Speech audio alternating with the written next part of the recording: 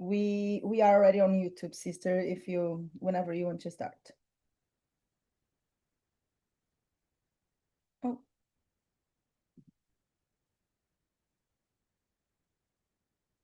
Yeah, Valerie's here, so she's going to have to. So he can call me now, Gina. Okay, Dave, call Tanya, please. Thank you. All right. So just 1 minute. So Sure. Sister, just so you know, we cannot. Oh yeah, we can see you now. There you go. open now. All together now. So good morning, everybody. Is everybody okay? Hopefully you have a wonderful starting on this beautiful Sunday and summer, no? Hey, Dave, we are just starting. So welcome everyone to BS8 Center, Bezerra Spiritual Healing Center Sunday service. Today, we are happy to have all of you and want to see who is doing the prayer today. It was Mosen. I don't know if he's here. If Valerie, can... Mosen is there. Mosen, are you ready to do the morning prayer? Not seeing him. Yeah, I can see him here. Yeah. He's the Zoom user, but he may have company. Can you do it, Gina, please? Okay. Let us close our eyes. And let us give thanks to our Heavenly Father for allowing us this blessed opportunity. Another day, Father, to correct, to be grateful, and to live a life in gratitude for your blessings that you bestow upon us each and every day, starting with the nourishment from the sun, the healing from the earth, the fresh air from the nature, from the trees. Thank you, Father. Thank you for all that you give us. And this blessed opportunity to come together another day, may you open our heart, our mind, our consciousness to grow from the lesson that will be presented before us this day. Bless us, Father, on this journey of love. And may you bless the opening of our service today.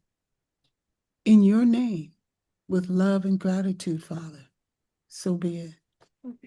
And so it is. So be it, and so it is. Thank you. Thank you. Thank you, dear sister. And welcome everybody again to Bezerra Spiritual Healing service. And today we are having our dear sister, Kiki. She's going to present us a good speech. And we want to share with all of you the service that Bezerra Spiritual Healing offer to all of us in this great opportunity of our spiritual growth here on earth as incarnate beings. So for those who are here for the first time, or for those who are continue participating with us, Bezerra Spiritual Healing Service, we are here every day for our daily prayer, every day 6 p.m. Pacific Standard Time. And on Mondays, we have our healing service as a mediumship group. And we are studying before the service the book of Genesis. And on Mondays is for the medium of Bezerra Spiritual Healing Center only. So if that is a possibility, one day you can join us in this mediumship group. Yes. So for all those who are interested, we're going to going through the introduction to Spiritism, just educating ourselves about the Spiritism doctrine. And then after that, we're going to mediumship education, maybe take a year educating through this program. And then after that, we will introduce the students to the mediumship service at BS8 Center. And on Tuesday, we have the new start that in April, they start in April, Memories of a Suicide, the Spirit Camilo, Cândido Botelho, and via Ivone Pereira, do Amaral Pereira. This book, the Memoirs of a Suicide, it is a very, very important book because they will teach us about what goes around before and after the person commits suicide. What is going before the experiences? All this book, in this book, all is written about what's come before and after the commit suicide. It is a very important book for all of us because we will learn how things can turn in a different way that was not planned for all of us to go through in this lifetime, because we didn't born to fail. We all came to earth in a hopeful heart to go through all the difficulties that we brought from experiences in different lives times, in different places in the universe. And then it will prevent, if everybody learn and study in this group, participating, and our dear sister Sunshine, it is one of, I would say, a very inspired spiritually, because when we are educating, we are never alone. But it is a very important book for us. I would invite each of you to come and participate in this book. And we will help not just yourself, but a loved one who are in need, or a friend, or a community. So this is Tuesday, 6 p.m. 6:30 Pacific time.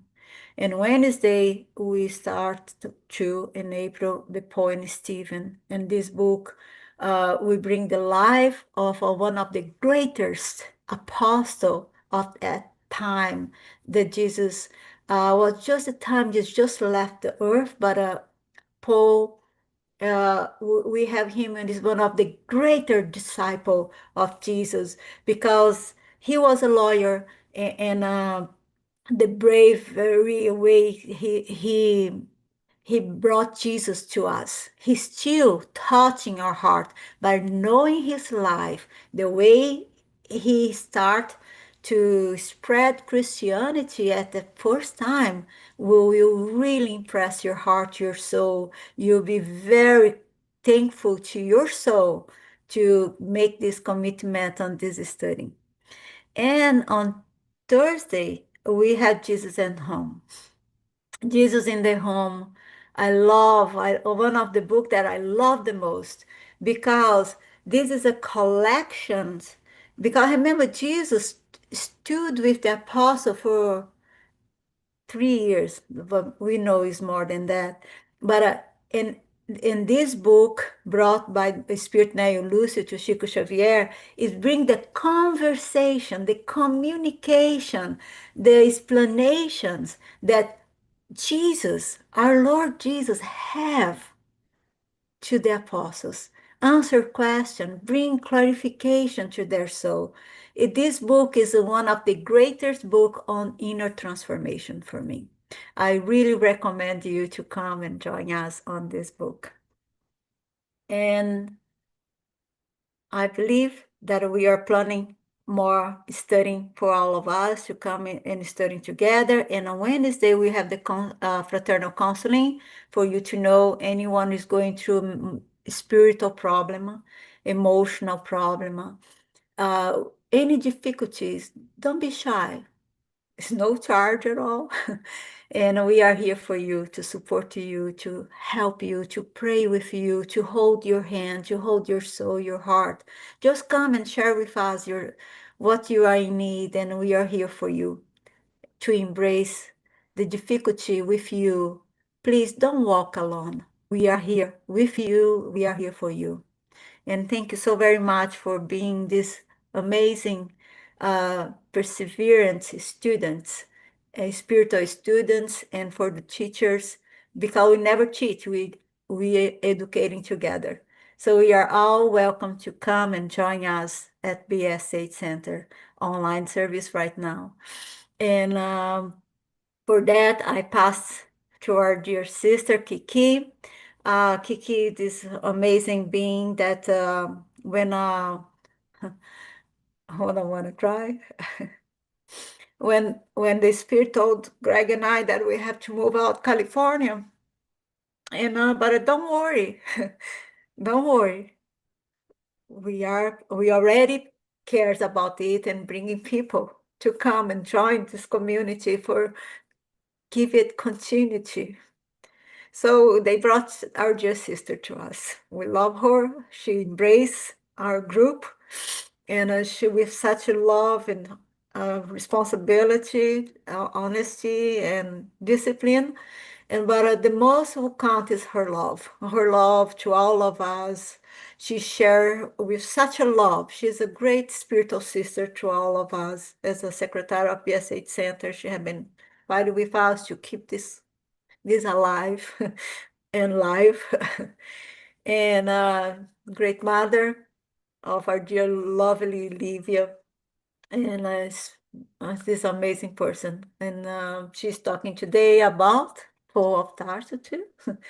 And our daily bread by psychograph by Emmanuel and Chico Xavier, the chapter 9, People of Faith. Thank you so much, your sister, for your time and service. Well, of course, sister. No, I thank for the opportunity, and I think it's you should all be proud. It's definitely, it takes a village for all of us to do anything, and I think that the service that we do with BSH is it's so amazing, so beautiful, and it's an honor to be part of the group. So thank you for having me. That's a bless. All right. So today we're going to discuss about a beautiful topic on the book Our Daily Bread called People of Faith. And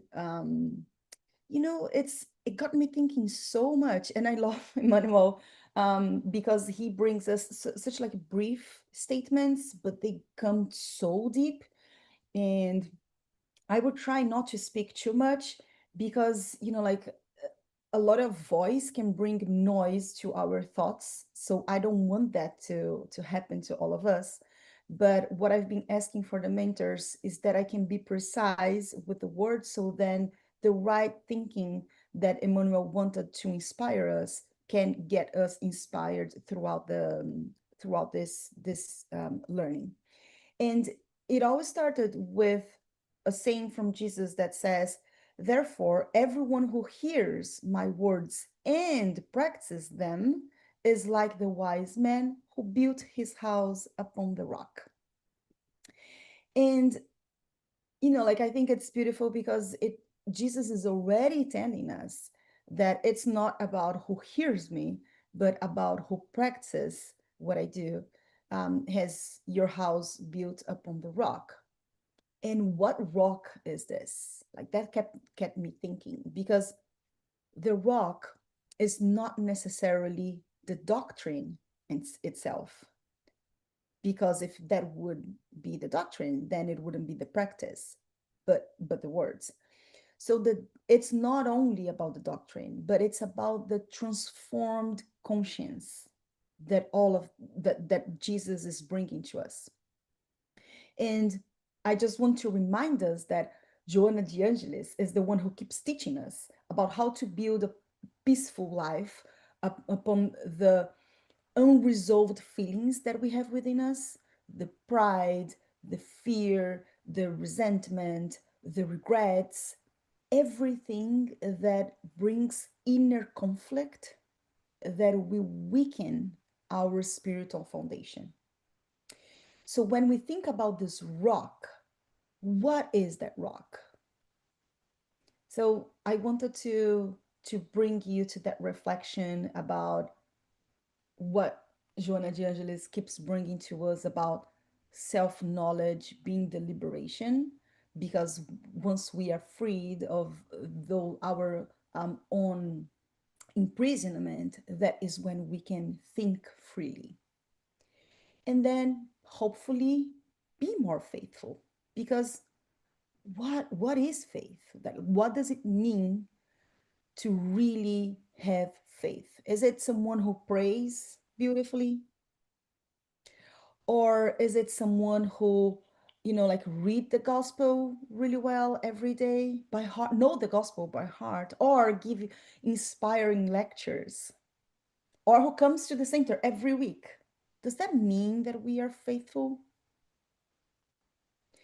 But then again, Jesus did not say, "Blessed are those who know my words." He said, he didn't say, "Blessed are those who teach my words." He said, "Blessed are those who hear my words and practice them."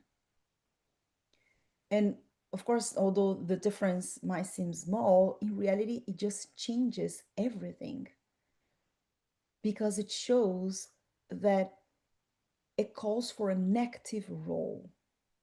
Faith is not to stay in a stagnant state, waiting for something, hoping for something.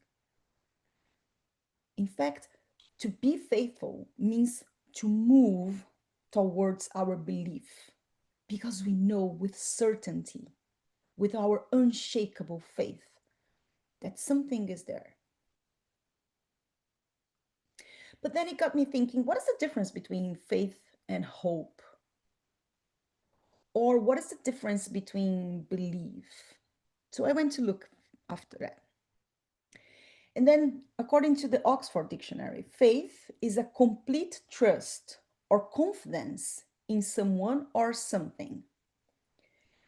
But then that is not enough, right? Because it's not only about the trust. Like, you trust someone, and then I kept thinking, but then how Jesus brings to us that, like faith is a practice, but how can I practice something in someone? Like, it didn't make much sense.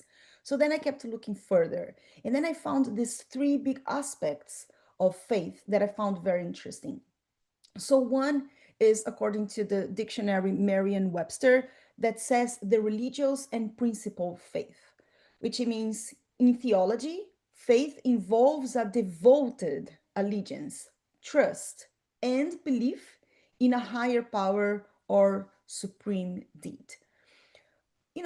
This is what, you know, encompasses everything that we adhere as from a religious aspect, like Christianity or Islam or Judaism or Buddhism, like all the practices that have their sacred texts and their traditions and their doctrines and etc. That is a religious and spiritual faith. However, much of the blindness, the blind faith, come within this pillar, because we trust in that statement, but we not always we can practice all of them. Some of them come with lack of interpretation, because they were done so long ago through parables or through a point in time that we do not have those rituals anymore. So it is dangerous. We have to be careful about the blind faith. There is another type of faith which also complies with the Oxford comprehension, but it goes to the personal and the personal trust, where it's faith in something.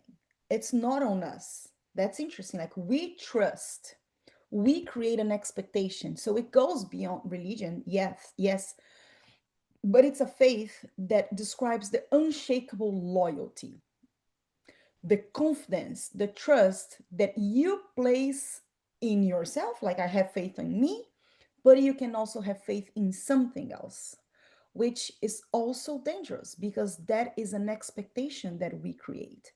And then, if for some reason our expectation is broken, then does it mean that the unshakable faith is now shaken?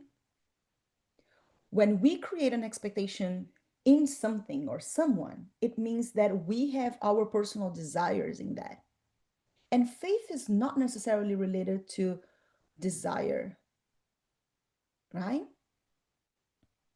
And then I found this other one, which is very interesting. It's a study, and if anyone is interested to read more about faith, at Stanford University, they made this very, very interesting analysis about faith, but from a philosophical perspective. And I love how that also incorporates the beliefs from Spiritists, because the philosophy by itself, it questions. But see, it's not about questioning the faith. It's questioning and making things make sense. And that for me is the most interesting one, because it says that philosophically, faith is sometimes defined as a blend of cognitive, affective, and practical components.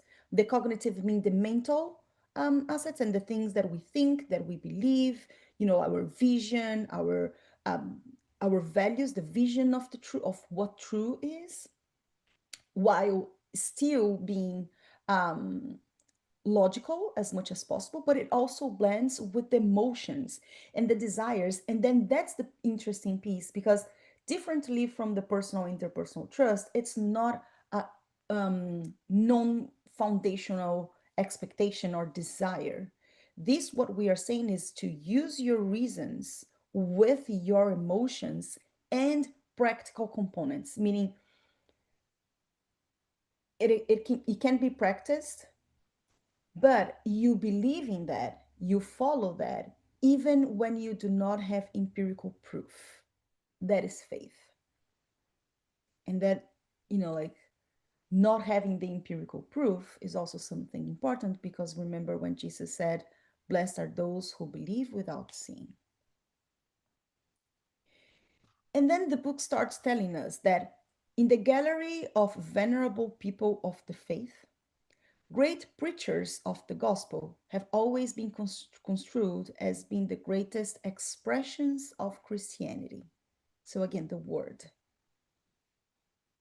However, this has been the case only when these instruments of the truth have not forgotten the watchfulness that is crucial for the righteous testimony. So now we are learning that knowing the gospel is not enough.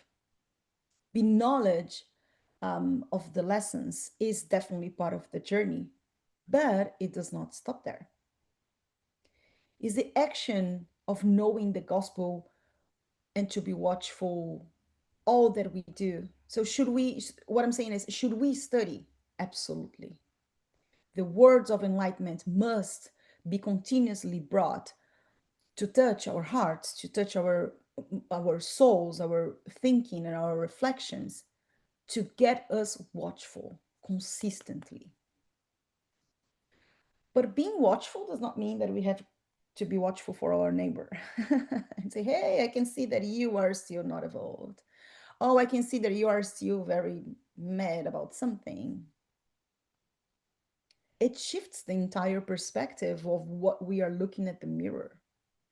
Because faith, by what we are hearing here, it's measured less by what we profess, but more on how we respond to our daily challenges. That is when it shows our faith in action. Because if we think about the types of faith that we understood, and we really incorporate the one that think about the mind, the heart, and the reasoning, it all comes together in a way that, like if and then that's why I also like to bring Joanna de Angelis to this discussion because she talks so much about the emotions.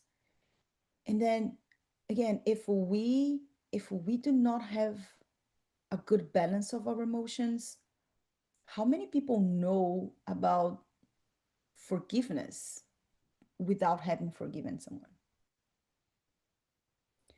How many know about charity while we're still seeking recognition?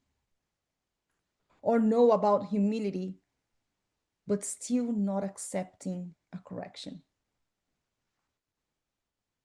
So this means that the gospel has not truly entered our hearts until we are able to transform our emotions, our thinking, and our relationship. We cannot just put expectations. I have faith in God that I will have a job. I have faith in God that I will be healed. Like we are putting the responsibility somewhere else, and that's not faith. That's not reasonable. That is expectation. That is a shallow faith. It's a faith that expects without truly trusting. That is the blind faith. Now, what are the things that really prevent us? Like, why would I not be faithful, knowing that faith is important, that that's part of me? Well, there are a couple of reasons why. There are two big reasons why we can't be faithful. One is when we can't be watchful. We can't look at ourselves because we keep hiding behind reasons to excuse our lack of commitment, our lack of discipline, our lack of, thinking and reflecting. We are just so ingrained into our pride, in our selfishness, that we can't. We keep trying to preach the gospel all the time, but we cannot stop and look in ourselves. Or, or when we don't want to be watchful, when we consciently neglect the state of alert towards ourselves, because we know that's what we should be doing, but then we don't. We are so busy trying to preach the gospel all the time that we forget to just look inside and diagnose our own trials, our own sufferings. And then we just get stagnated. Or we just go with life. Whatever life takes me, I'll just go there. Sometimes you're just faithful that everything is in perfect harmony and we know and we trust God and etc. But that doesn't mean that we are being watchful to ourselves. Because at the end of the day, our conscience will plant the seed of transformation. So we'll keep thinking about that. Maybe I should be doing something. Maybe I should be more watchful about, how stressed I get when I talk to some person, or I should be more watchful about how impatient I get with someone, things like that. And be aware of our own faults, our own limitations. It's the most important thing because otherwise it can be dangerous.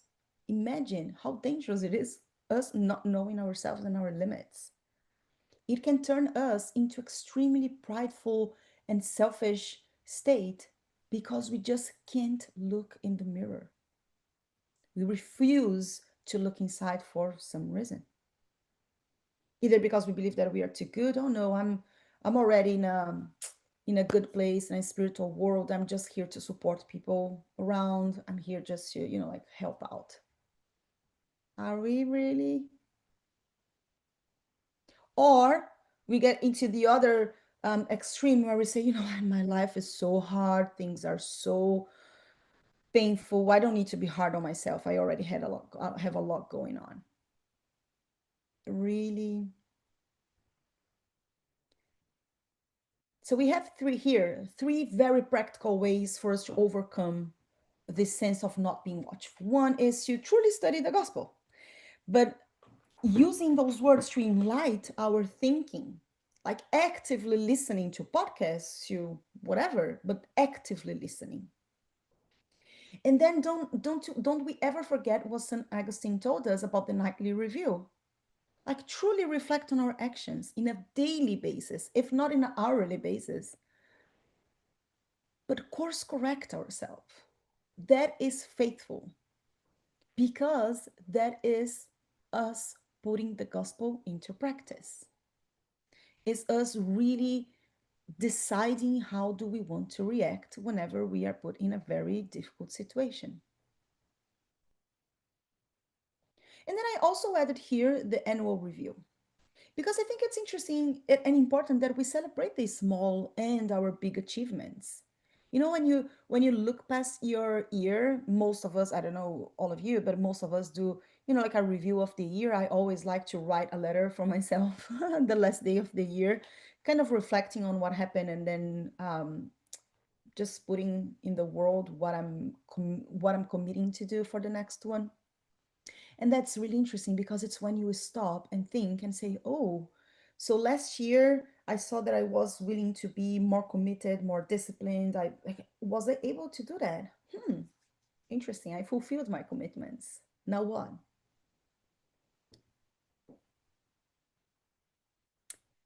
And then keep in mind that the faith that Jesus invites us to do is really the one that will move mountains. What does those mountains mean? Our pride, our fear, again, our passions, our impatience, our discouragement, our addictions. Imagine how hard when we are in an addictive situation and then we just have to move that away from us. Faith move mountains because there is certainty within us. That is chapter 19 from the gospel. And that naturally leads so beautifully into the topic Be Perfect, which is chapter 27. Because the faith that moves mountains asks us, what is the force that sustains our spiritual journey? It's the faith. We have faith in our journey, and we do that. We believe in that. We are following that. That's what we are doing.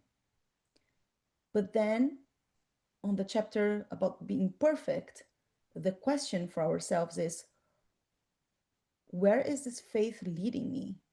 Is it leading me to perfection or not? And then if yes, that's perfect because this is exactly the faith in action. So if we keep in mind that the faith is not necessarily the destiny, you know, like I want to be faithful so then I can be a better Christian.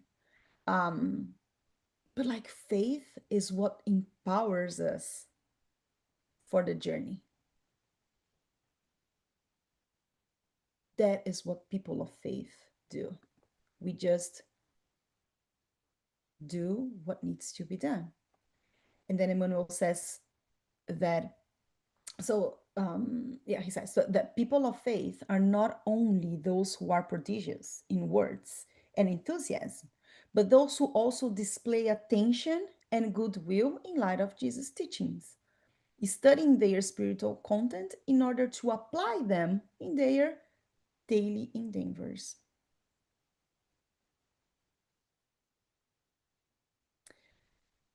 So we learned that listening is not enough, right?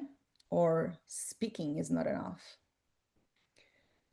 Emmanuel teaches us that there are many people who can be very enthusiastic about the gospel. They love to study, they love to enjoy discussing the doctrine and appreciate beautiful lectures and give or watch inspireful lectures. But Jesus is telling us something more. It's telling us about how to apply all of that. And then I I thought about as I've been, summertime, I've been taking my daughter to enjoy the swimming pool. And I thought about that analogy. Like, imagine trying to teach her how to swim just by reading swimming lessons. Or like reading the book or watching every instructional video and attending conferences and buying the best equipment, but never really entering the water. How would we do that? Can we call a person a swimmer? Of course not. And this is, and I think that, like it's the same spirit, spiritually speaking. It's, like we can read the gospel, yeah, of course, but the knowledge will be too shallowed if it doesn't touch our heart and our soul. So we got to get there. The gospel is meant to be lived. And we have perfect examples about that, about living the gospel. At the book, they say it's comforting to realize that all those involved in the field of evangelical service will progress toward the inner marvels of the faith. Still, we must at all times point out the great worth of sensible persons who, upon hearing the teachings and counsels of the God, carefully attend to the solutions of all problems of the day or circumstance without allowing their individual achievements to take place apart from the indispensable Christian foundation. So what we are learning here is that the true classroom is not here. It's in our home. It's in our workplace. It's in the traffic. It's in the family disagreement. It's in our moments of loneliness. It's with our difficult coworker or neighbor, an impatient child, the demanding parent. Every interaction. That's why law of society is an incredible and important part of our life. Every interaction asks us, now that you know the gospel, what will you do? Let me just help someone here that is, oops, how can I stop it? Let me just help here someone that is writing on the screen that is just making us be, there you go. Just 1 second.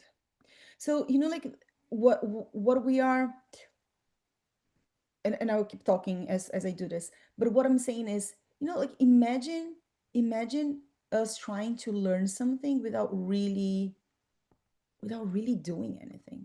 Like we can't. So when every time that we are invited to every time that we are invited to exercise that situation, is God telling us, like, now that you know, what are you going to do? So that is really where we have to be.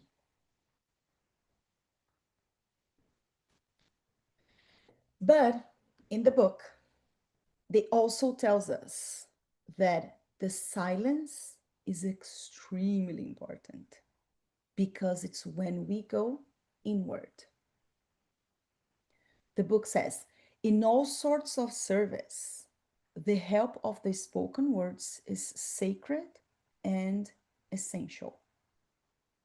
However, in the lofty endeavor of self-betterment, learners must never forget the sublime value of keeping still at the right time, so that prudence may be heard within their soul, guiding their destiny.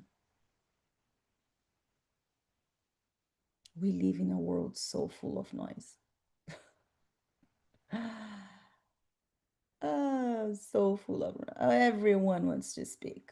I am here speaking. Sometimes the greatest act of faith is to be in silence so we can hear inside of us. But it's not the silence of indifference.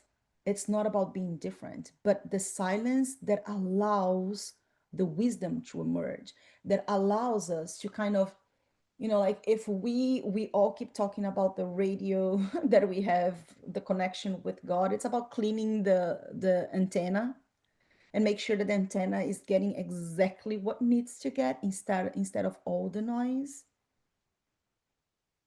because this is when we can reflect on how many conflicts that could have been avoided if we just paused.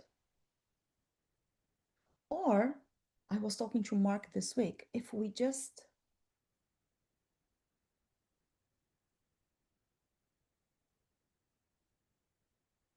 drink water and think and breathe, how many regrets would disappear if we allowed our conscience to speak before our emotions? And that's why self knowledge starts in silence. Because only when we go inside quietly, it's when we can get the inspirations from our guardian spirit. Only a peaceful heart can understand the difference between intuition and impulse. Only a peaceful heart. When we understand the silence is where we hear God, then things are going to get better.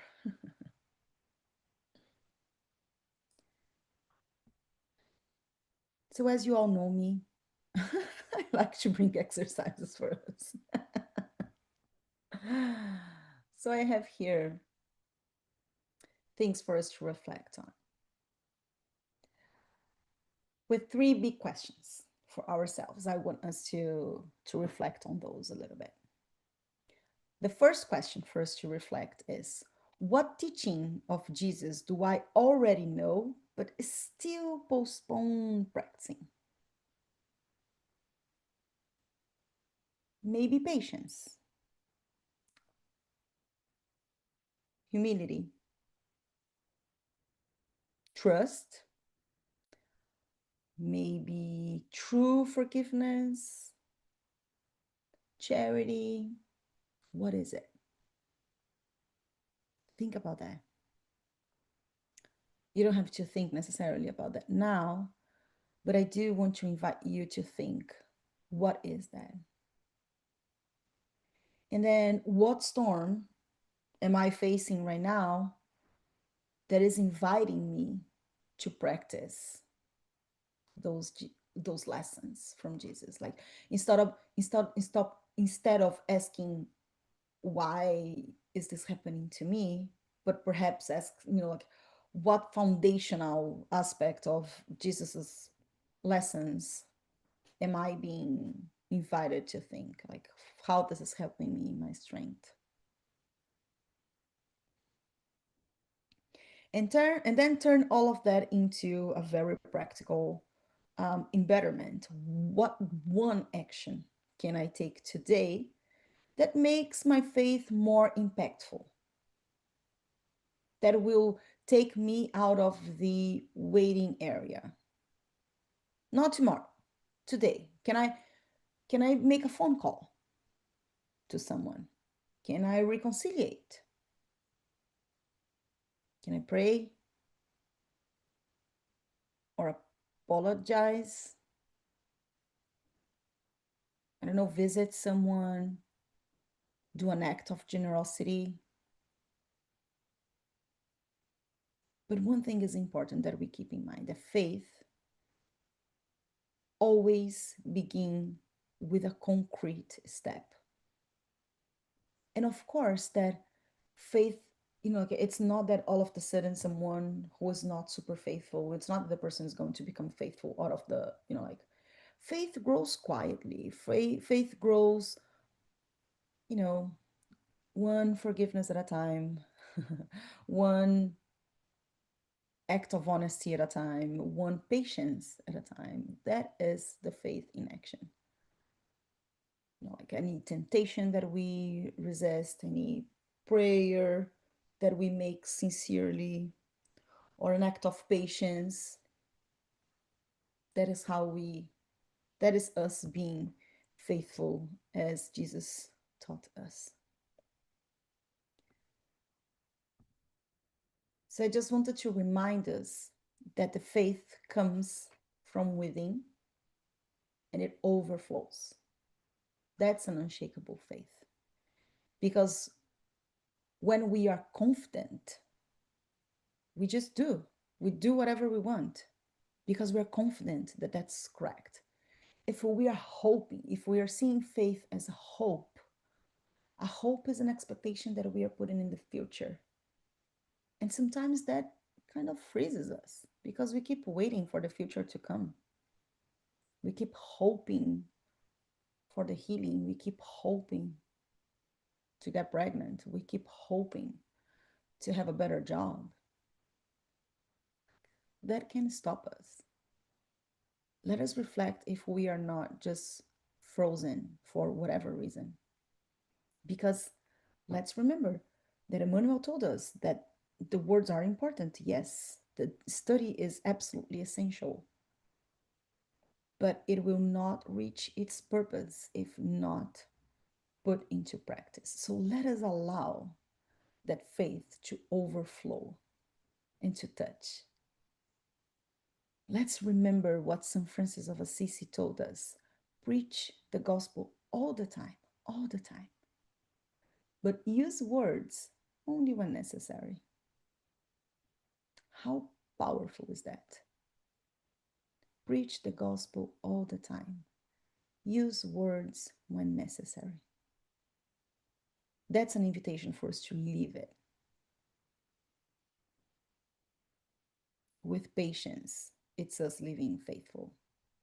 With kindness, it's us living faithful.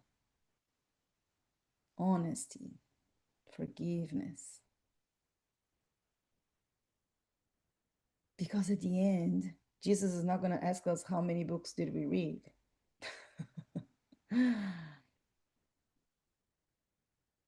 But how many people we impacted, starting with us. So that's how I would like to finish the sharing of my studies today, where I truly, truly wish that all of us can find that peace within our heart, because only in a peaceful heart we can hear God's voice. So yes, I do wish that there is peace on earth, but mostly that the peace starts within our heart. So I hope that this can help you reflect on your faith and your journey.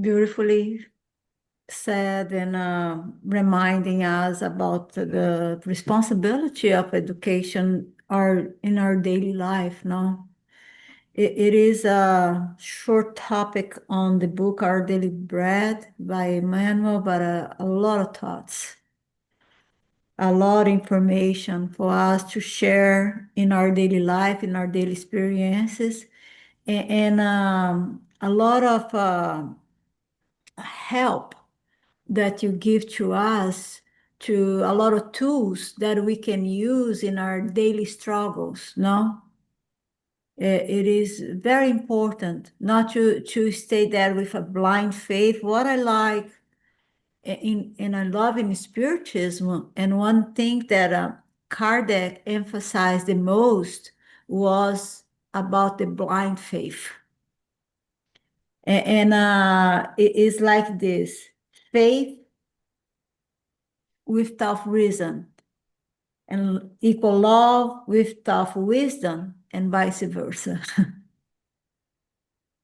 No, we cannot just focus in the reason and the wisdom, and but there have to have a balance.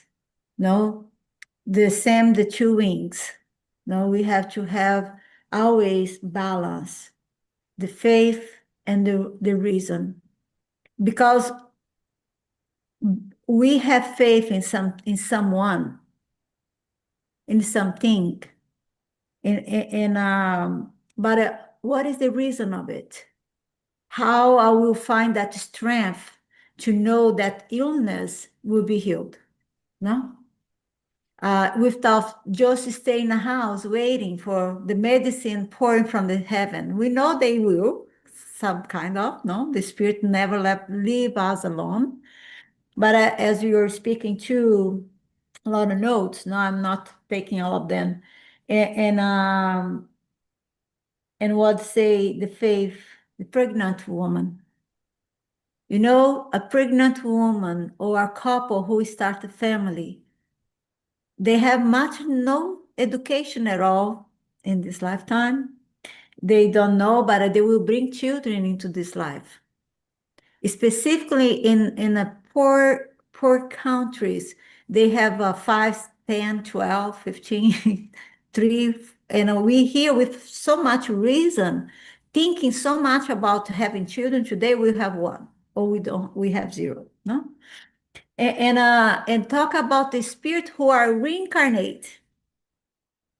Faith in who? Isn't it? They will have faith in the parents, and they have faith in life and the governors and everything above, below God, no? But it's that faith that motivates reincarnation. Keep going. And imagine who has twins, triples, 8 children at once. We have seen that. And how about the orphans?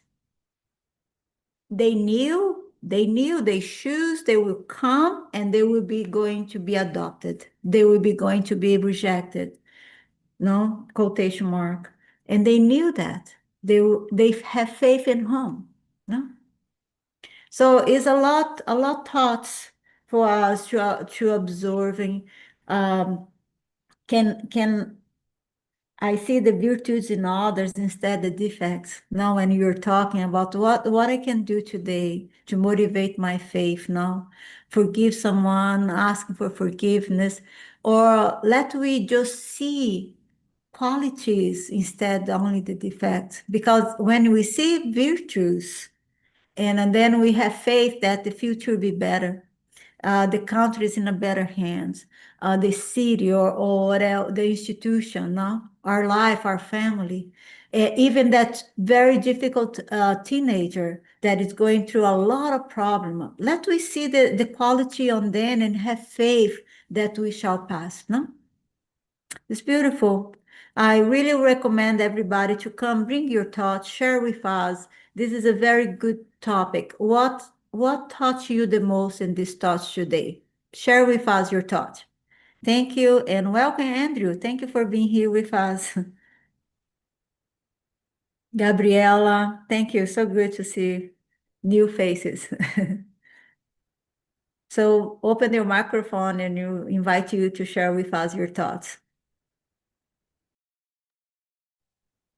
Well, mine is when you're going through something really, really tough and painful, to stay mindful of the practice of reading and reviewing in your mind. And I find it in a way of being a little bit of a distraction, actually, from falling into a wormhole, I would say, of the pain or suffering, whatever it is that I'm going through. If I'm reading, I'm taking my mind out of it, and I'm also trusting that this is going to help me get past. That's how I see it.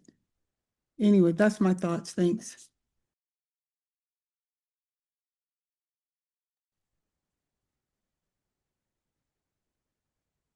Thank you, Kiki, for the reminder.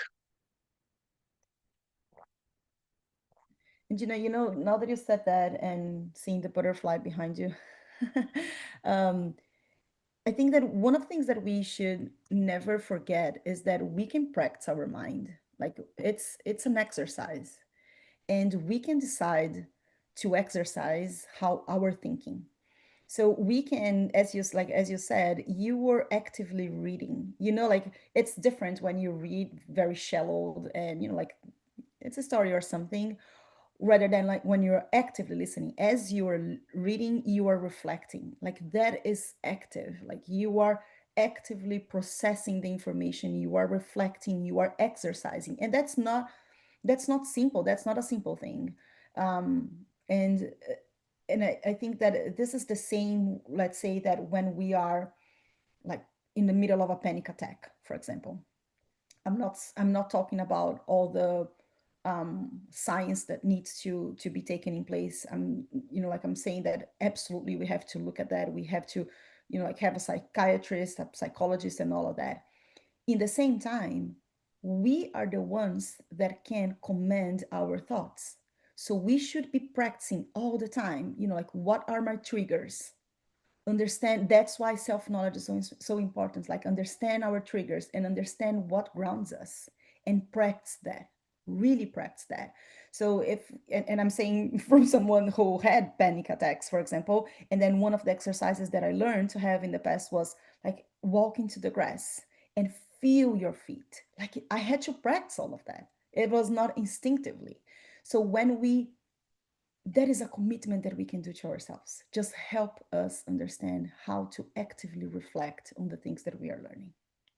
Just thought about that.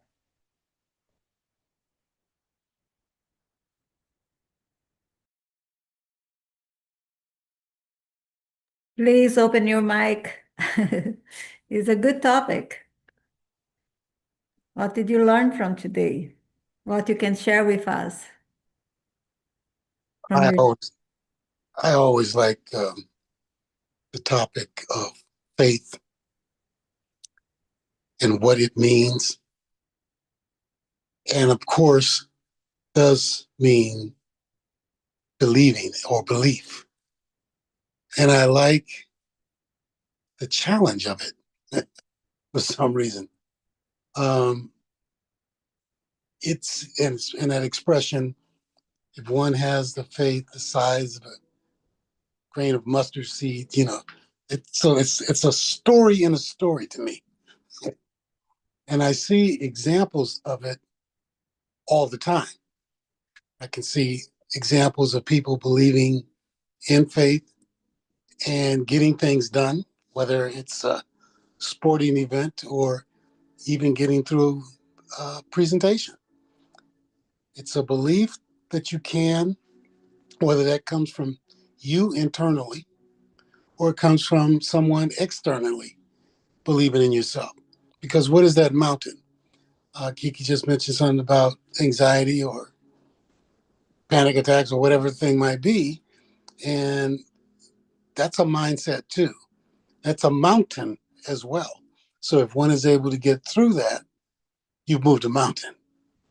And it's believing that you can. That's a representation, I guess, of faith, showing just how much faith you had to do that, to get through it. Now, you see it, this is the season where people are graduating from schools and whatnot. And for some people, that's a challenge. And for others, it's just a process. But believing that you can, getting through it, is an example of faith. So my mind, every time I hear it, it's almost like it starts over for me, starts new. It's just that powerful to me. um, I could give an example of someone that you might not think of, and certainly not in the classical sense of Christianity, I think. I don't want this to be a judgment call, but there's someone who is in a high office that I really do believe really believes in everything that he says. And that's how he got there. That was faith. So anyway, um, thank you so much, Kiki. I really enjoyed it. Thank you.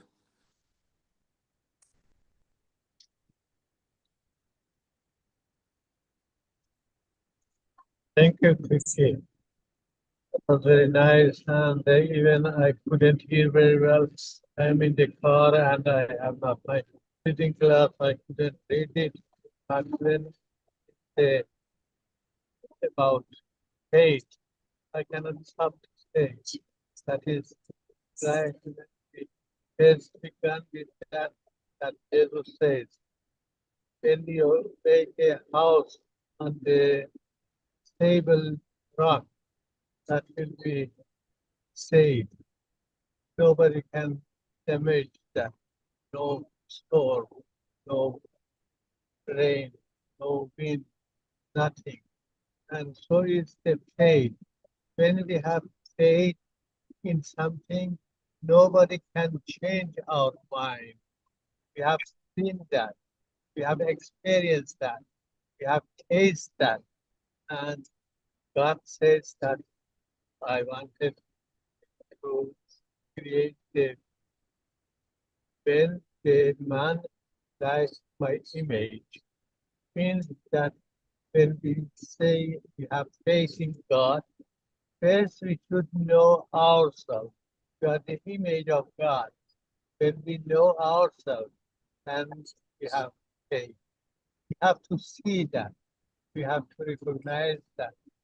We cannot say I know Moses without to see that. You can see my photo, and still my photo is not me. Thank you very much, and have a nice Sunday. Bless everyone. Thank you, Musan.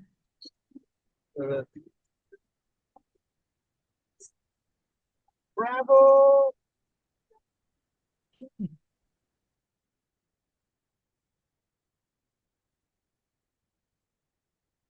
Anybody else?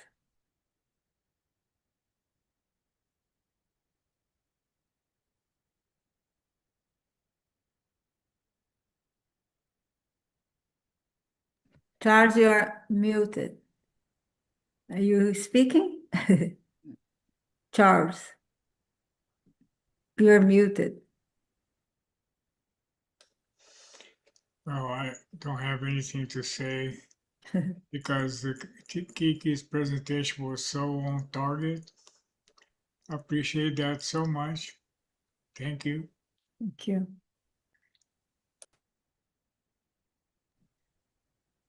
All right, I can stop sharing now and then we can go to the second part. Is that okay?